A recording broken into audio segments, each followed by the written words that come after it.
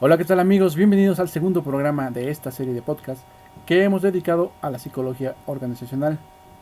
En esta ocasión hablaremos de los temas sistema de compensaciones, desarrollo organizacional y derechos laborales. El primer tema es el siguiente. Es aquella gratificación la cual el empleado recibe por su trabajo y es básico para mantener y captar los recursos humanos en una empresa.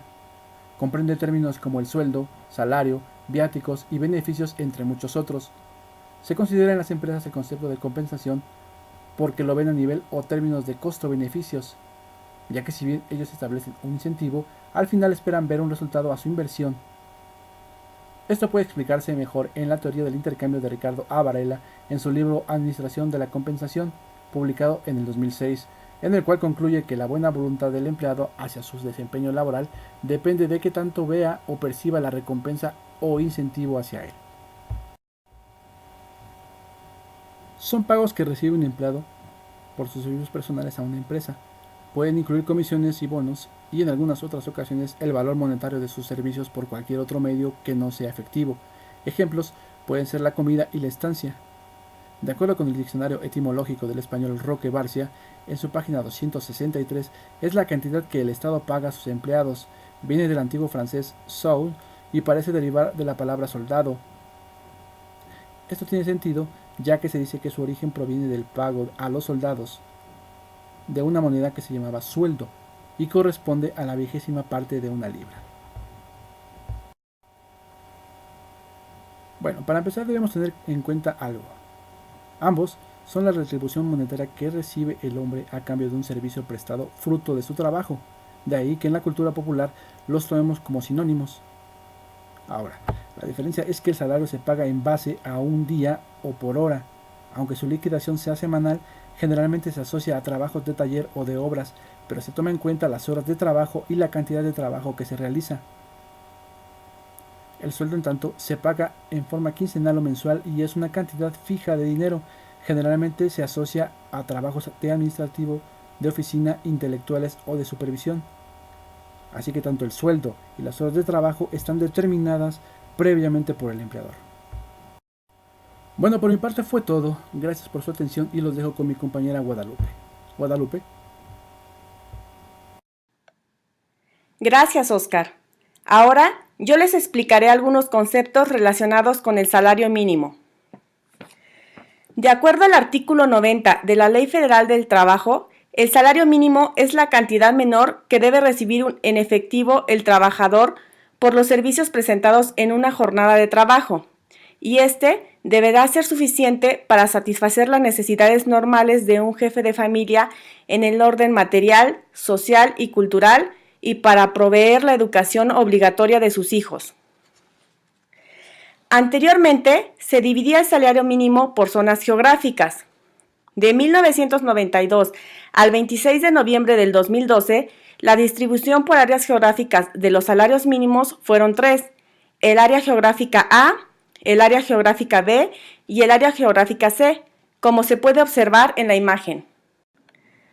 Del 27 de noviembre de 2012 al 30 de septiembre de 2015, la distribución de las áreas geográficas eran dos: área geográfica A y B, cuya división se puede observar en la imagen. Sin embargo, a partir del 1 de octubre de 2015, se estableció un solo salario mínimo para toda la República Mexicana, por lo que se eliminó la división por zonas geográficas. La Comisión Nacional de los Salarios Mínimos es el organismo encargado de fijar y actualizar los salarios mínimos generales de conformidad con lo establecido en la fracción 6 del artículo 123 de la Constitución Política de los Estados Unidos Mexicanos y de los salarios mínimos profesionales, los cuales se aplicarán en ramas determinadas de la actividad económica o en profesiones, oficios o trabajos especiales. El monto actual del salario mínimo es de 70.10 pesos. El compuesto salarial es el conjunto de factores internos y externos que condicionan los salarios determinando sus valores. De acuerdo a lo siguiente: los factores internos u organizacionales, que son la tipología de los cargos de la organización, la política salarial de la organización y la capacidad financiera y desempeño general de la empresa. y los factores externos o ambientales, que son la situación del mercado de trabajo, la coyuntura económica como la inflación, la recesión, el costo de vida, los sindicatos y negociaciones colectivas y la legislación laboral. Por mi parte fue todo. Los dejo con mi compañera Nancy. Nancy. Muchas gracias, Lupita. Ahora bien, ¿cómo es que las empresas u organizaciones establecen los niveles salariales o quién al interior de estas decide cuánto pagar y a quién? Pues bien, la respuesta es la Administración de Salarios y Sueldos. El objetivo de esta es diseñar una estructura con costos eficientes que atraiga y retenga empleados competentes y que les ofrezca un incentivo para esforzarse mucho en su trabajo. Asimismo, trata de asegurar que todos los empleados piensen que los niveles salariales son justos, una vez que estos han sido establecidos, es decir, que son adecuados y congruentes con las demandas y los requisitos del trabajo que desempeñan. Lo anterior se puede resumir en la siguiente idea. Cuanto mayor sea la cantidad de habilidades, conocimientos y capacidades, y cuanto mayor sea la cantidad de autoridad y responsabilidad, tanto más alta será la remuneración. Estos niveles salariales se fijan en relación a este y otros factores como la influencia de tipo de negocio. Por ejemplo, si es una empresa privada, del sector público u organizaciones no lucrativas, del entorno de trabajo, es decir, si los empleados laboran en condiciones de riesgo, de la ubicación geográfica, de los niveles de desempeño del empleado, la antigüedad de éste y principalmente de la filosofía salarial de la gerencia o de la política salarial. Pero, ¿qué es la política salarial? Es una política institucional que proporciona un marco conceptual común en base a la cual se determinan todos los salarios del personal en la organización. Sus objetivos son atraer a las personas mejor calificadas disponibles, proporcionar una remuneración equitativa y constante a los empleados en base a sus funciones y responsabilidades, motivar y estimular a los empleados a mejorar su nivel de desempeño, alentar la retención y productividad del personal calificado, y comunicar al personal los parámetros básicos que se emplean para fijar los niveles salariales. Los componentes que integran una política salarial son descripciones claras y actualizadas de los diferentes cargos, una clasificación definida o estructura de grupo, determinar un rango salarial para cada clasificación o agrupación en base a un análisis del mercado, prestar atención particular al salario inicial de cada rango salarial, incluir para cada rango salarial los pasos que brinden la oportunidad de incrementar los salarios de la gente de manera equitativa y a medida que demuestren un mejor desempeño, permitir aumentos en el costo de vida, establecer un comité de compensación incluyendo a los miembros de la junta directiva para que se reúnan en forma regular y programada para revisar los rangos, fijar los porcentajes de los aumentos, etc.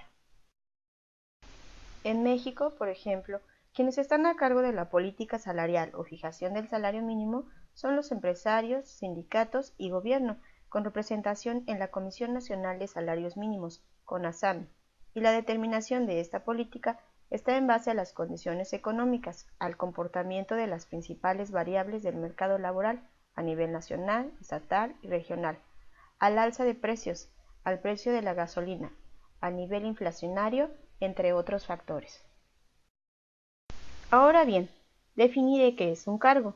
Este es un conjunto de funciones, tareas y actividades que desempeña un trabajador dentro de una organización o empresa y que están en correspondencia con los objetivos de estas.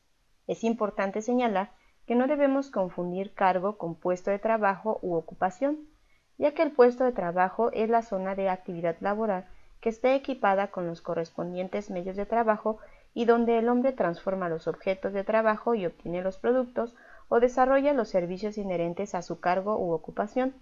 La ocupación es un término que suele emplearse para la categoría de obreros y cargos para el personal directivo y funcionarios. Por mi parte ha sido todo. Los dejo con mi compañero Esteban, que continuará hablándoles acerca de este tema. Gracias, Nancy. Ahora hablemos sobre la clasificación de los cargos dentro de una organización.